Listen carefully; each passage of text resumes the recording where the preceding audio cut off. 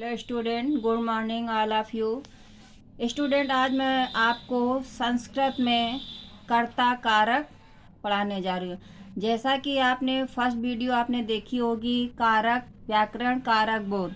मैंने कारक आपको पढ़ाया, कारक विभक्ति, और उसमें आपको मैंने वचन लिखने के लिए दिया था अकारांत पुल्लिंग में वृक्ष के। तो ये तो बच्चों आपको आप समझ में आ गया होगा। आज हम आपको संस्कृत में पुरुष धातु रूप पढ़ाने जा रहे हैं। धातु रूप मतलब क्रिया। क्रिया क्या होता है? जिसके द्वारा किसी कार्य के होना या करना पाया जाता है। क्या बेटा? धातु मीन्स होता है क्रिया प्रकरण। तो क्रिया जिसके द्वारा किसी कार्य का होना या करना पाया जाता है उसे हम क्रिया कहते हैं। धातु विकार परिवर्तन होने से पूर्व या जो मूल रूप में परिवर्तन होता है उसे धातु कहते हैं।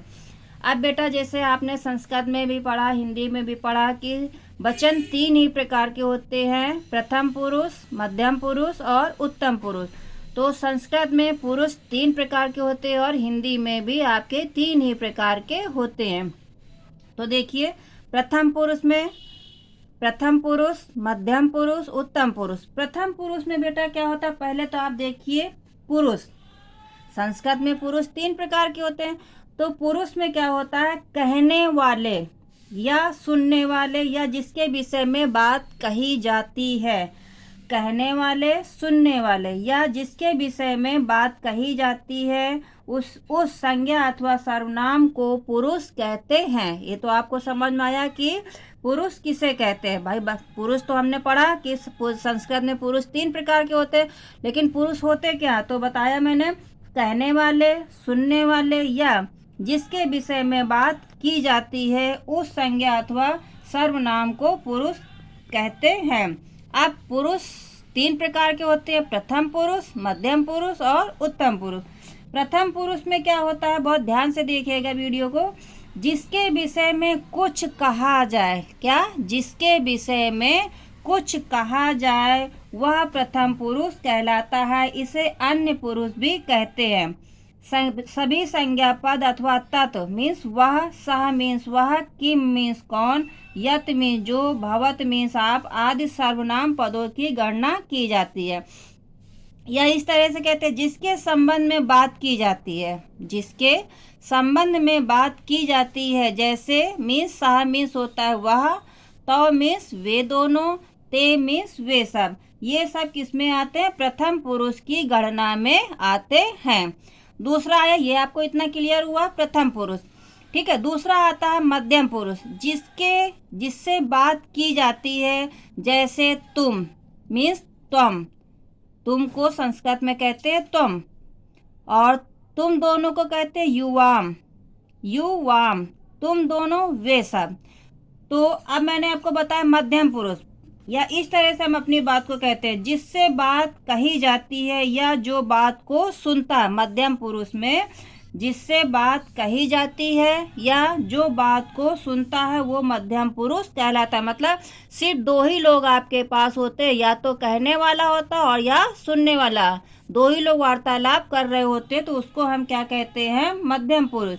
मध्यम पुरुष में मैंने बताया जैसे कि तुम मीन्स तुम, युवाम मीन्स तुम दोनों, यूयम मीन्स तुम सब, वे सब आदि, ये सब क्या आते हैं? मध्यम पुरुष की गणना में आते हैं। अब आता है उत्तम पुरुष। उत्तम पुरुष में स्वयं बात करने वाला। अभी तो मैंने आपको बताया प्रथम पुरुष में जिसके विषय में संबंध में बात करी जाती है, मतलब एक व्यक्ति एक ही विषय के बारे में बता रहा है, तो वह हुआ उत्तम पुरुष। मध्यम पुरुष में 2 लोग होते हैं, एक तो कहने वाला होता और एक सुनने वाला था। दोनों लोग, 2 के बीच में वार्तालाप होती है, उसे हम मध्यम पुरुष कहते हैं। उत्तम पुरुष में स्वयं मतलब हम या आप अपनी बात कहने वाला या करने वाला होता, जैसे हम मीन्स मैं, हम दोनों का आवाम, हम सब वयम। तो ये तो आपको इतना समझ में आया, प्रथम पुरुष, मध्यम पुरुष और उत्तम पुरुष। अब हम आते हैं वचन। आपने संस्कृत में पढ़ा वचन 3 प्रकार के होते हैं, और हिंदी में भी आपने पढ़ा होगा, पढ़ते हैं कि वचन 3 ही प्रकार के होते हैं। या आप 2 से 1 से लेकर आप कितने क्लास 8 क्लास लेवल 7 क्लास में पहुंच गए। तो बेटा सभी को मालूम होगा कि संस्कृत में भी वचन 3 ही होते हैं और हिंदी में भी 3 ही वचन होते हैं, एक वचन, दो वचन, बहुवचन। तो संस्कृत में वचन 3 होते हैं, एक वचन, दो वचन। वाक्य में कर्ता के एक होने पर क्रिया में एक वचन, कर्ता दो होने पर दो वचन और दो से अधिक होने पर बहुवचन का प्रयोग होता है। अब देखिए एक वचन, एक वचन, दो वचन, बहुवचन। एक वचन में जिनमें एक वस्तु का बोध होता है, क्या, जिसमें एक वस्तु का बोध होता है उसे एक वचन कहते हैं। जैसे बालकः, ये देखिए बालक लिखा है, अगर हम विसर्ग की बिंदी हटा देंगे तो ये हिंदी में हो जाएगा बालक। अगर हम संस्कृत में विसर्ग की बिंदी लगा देंगे तो ये हो जाएगा, हम पढ़ेंगे इसको बालकः। ठीक है। पुष्पम शुकः, अगर हम बिंदी हटा देते हैं विसर्ग की बिंदी तो अगर ये सुख लिखा रहेगा तो सुख हो जाएगा। तो अब हम इसको पढ़ेंगे संस्कृत में सुकः। बालिका, बालिकः आदि, ये हो गया एक वचन। हिंदी में बालक, तोता, लड़की आदि, और संस्कृत में बालिका, सुकः और पुष्पम आदि। दो वचन में जिसमें दो वस्तुओं का बोध होता है, क्या बता रहा है कि जिसमें दो वस्तुओं का बोध होता है उसे दो वचन कहते हैं। जैसे बालको, इसमें देखिए दो मात्रा लगी हैं, बालको, पुष्पो या पुष्पे, सुको, बालिके आदि। तो ये आपका हो गया दो वचन। बहुवचन में मैंने आपको क्या बताया कि जिसमें दो या दो से अधिक वस्तुओं का बोध होता है उसे बहुवचन कहते हैं। जैसे अब देखिए बालकः लिखा है, अब इसमें हमने विसर्ग की बिंदी लगा दिया तो हो जाएगा बालकः।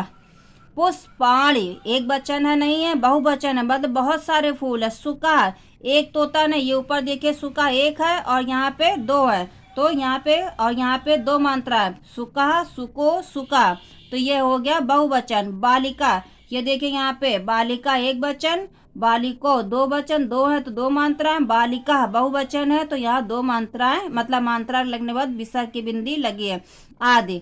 इतना आपको क्लियर हुआ कि संस्कृत में 3 वचन होते हैं और पुरुष भी 3 प्रकार के होते हैं। अब हम आपको बताते हैं धातु रूप, पठ धातु के रूप। पठ धातु के रूप बेटा ये आप याद करिए, आपके पेपर में यूनिट टेस्ट में बिल्कुल अच्छे से आएंगे, पूरे आपको याद करने हैं। पठ धातु लट लकार वर्तमान काल।